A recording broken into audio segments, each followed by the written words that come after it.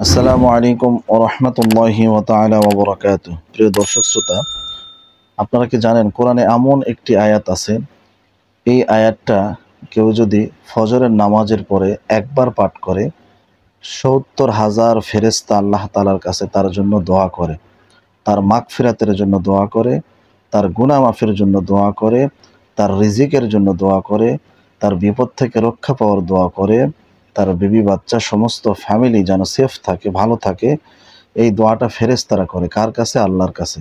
কত বড় মাপের একটা কথা, কত বড় মাপের একটি আয়াত। এবং মাগরিবের নামাজের পরে কেউ যদি একবার পাঠ করতে পারে, সারা রাত ৭০,০০০ ফেরেশতা তার জন্য আল্লাহর কাছে সেম একই দোয়া করতে থাকে। তাহলে এই আয়াতের ফজিলত বেশি না কম? আপনারাই একটু কমেন্ট বক্সে জানাবেন। এই আয়াতটা আমরা প্রত্যেকেই জানি, ছোট্ট একটি আয়াত। এই আয়াতের ফজিলত এত বেশি বলে শেষ করা যাবে না। তিরমিজি শরীফের ২৯২২ নম্বর হাদিসে এসেছে, রাসূল আকরাম সাল্লাল্লাহু আলাইহি ওয়াসাল্লাম বলতেছেন, কেউ যদি ফজর ও মাগরিবের নামাজের পরে ফজরের নামাজের পরে এই সূরা হাশরের শেষ ৩ আয়াত পাঠ করতে পারে, সারাদিন তার জন্য ৭০,০০০ ফেরেশতা আল্লাহ তাআলার কাছে তার গুনাহ মাফের জন্য দোয়া করবে, তার দোয়া কবুলের জন্য দোয়া করবে, তার রিজিক বৃদ্ধি হওয়ার দোয়া করবে। ফেরেশতারা যদি আমার আপনার জন্য দোয়া করে, আমি মানুষ, তারা ফেরেশতা, আমাদের থেকে তাদের মূল্য কত বেশি, তাহলে কতই না ভালো হবে। সুবহানাল্লাহ। শুধু তাই নয়, সে যদি ওই দিনের ভিতরে মারা যায়, ফজরের পরে পড়লে সারা দিনের ভিতরে সে যদি মারা যায়, সে শহীদ মর্তবা লাভ করবে, সে শহীদ হয়ে মারা যাবে। সুবহানাল্লাহ। আর কিপটামো করেন না, একটু কমেন্ট বক্সে লেখেন সুবহানাল্লাহ। কে না শহীদি মৃত্যু চায় বলেন? কে না শহীদি মৃত্যু চায় না? আমরা প্রত্যেকেই শহীদি মৃত্যু চাই। তাই এই আয়াত পড়ার জন্য যদি যুদ্ধের ময়দানে না গিয়ে যদি আমরা শহীদি মৃত্যু পাই, তাহলে তো কতই না ভালো। সুবহানাল্লাহ। কেউ যদি মাগরিবের নামাজের পরে রাতের ভিতরে সে যদি মারা যায়, তাহলে সেও শহীদি মর্তবা নিয়ে দুনিয়া থেকে বিদায় হবে।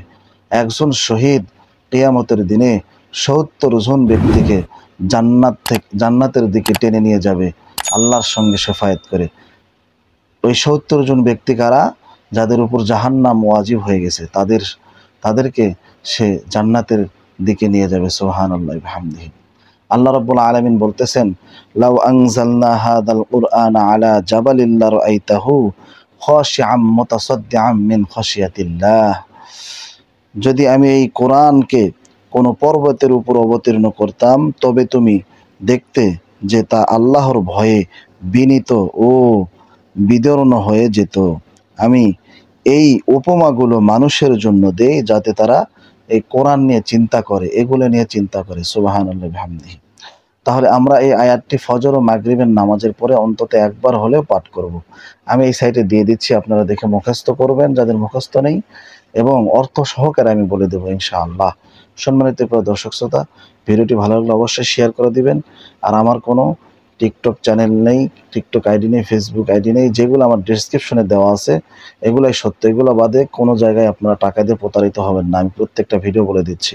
সম্মানিত দর্শক শ্রোতা, আল্লাহ তাআলা বলতেছেন, বিসমিল্লাহির রহমানির রহিম। পড়ার আগে অবশ্যই আউযু বিল্লাহি মিনাশ শাইতানির রাজিম, বিসমিল্লাহির রহমানির রহিম পাঠ করে নেবেন। ফজরের নামাজের মুসল্লা, ফজরের নামাজ শেষ ফরজ, আপনি মুসল্লাতেই বসেই একবার পাঠ করে নেবেন। বিসমিল্লাহির রহমানির রহিম। হুয়াল্লাহুল্লাযী লা ইলাহা ইল্লা হু আলিমুল গায়বি ওয়াশ শাহাদাতি হুয়ার রহমানুর রহিম। হুয়াল্লাহুল্লাযী লা ইলাহা ইল্লা হু আল-মালিকুল কুদ্দুসুস সালামুল মুমিনুল মুহাইমিনুল আজিজুল জাব্বারুল মুতাকাব্বির সুবহানাল্লাহি আম্মা ইউশরিকুন। হুয়াল্লাহুল খালিকুল বারিউল মুসাওবিরু লাহুল আসমাউল হুসনা ইউসাব্বিহু লাহু মা ফিস সামাওয়াতি ওয়াল আরদ ওয়া হুয়াল আজিজুল হাকীম। সাদাকাল্লাহুল আযীম। এতটুকু পড়ে নেবেন। এখন আমরা জানবো এই আয়াতের অর্থ কি। আল্লাহ তাআলা বলেন যে তিনি আল্লাহ, তিনি ছাড়া কোনো উপাস্য নেই, তিনি অদৃশ্য ও দৃশ্য জগতের জ্ঞান রাখেন। সুবহানাল্লাহ। তিনি পরম করুণাময়, অতি দয়ালু। তিনি আল্লাহ, তিনি ছাড়া কোনো উপাস্য নেই। তিনি রাজাধিরাজ, পবিত্র, শান্তিদাতা, নিরাপত্তাদাতা, দানকারী, রক্ষণাকারী, প্রক্রমণশীল, তারপর হচ্ছে মহাশক্তিধর, গরিমাময় আল্লাহ পবিত্র। তারা যাদেরকে তার সাথে শরিক করে তাদের থেকে অনেক উঁচু। সুবহানাল্লাহ। তিনি আল্লাহ, স্রষ্টা, সৃজনকর্তা, রূপদানকারী। সবচেয়ে সুন্দর নামসমূহ তারই। আকাশ ও পৃথিবীতে যা কিছু আছে সবই তার পবিত্রতা ও মহিমা ঘোষণা করে। তিনি পরাক্রমশালী, প্রজ্ঞাময়। সুবহানাল্লাহি ওয়া বিহামদিহি, সুবহানাল্লাহিল আযীম। দর্শক শ্রোতা, আজকের এই ভিডিওটি যদি আপনাদের ভালো লেগে থাকে অবশ্যই চ্যানেলটা সাবস্ক্রাইব করে পাশে থাকবেন ইনশাআল্লাহ। আর আমি আপনাদেরকে আবারও বলতেছি, ডেসক্রিপশন বক্সে যেগুলো লিঙ্ক দেওয়া আছে এগুলাই হচ্ছে আমার, বাকি যা কিছু দেখেন সবগুলো হচ্ছে ফেউ। ভিডিওটি ভালো লাগলে ৭০,০০০ ফেরেশতার দোয়া নেন। আপনি ভালো থাকুন, আল্লাহর কাছে দোয়া করে আল্লাহ যেন আপনার সমস্ত দোয়া কবুল করে। আপনারাও আমার জন্য দোয়া করবেন, এরকম নতুন নতুন ভিডিও যেন আপনাদেরকে উপহার দিতে পারি। ভালো থাকবেন, খোদা হাফেজ, আল্লাহ হাফেজ, আসসালামু আলাইকুম।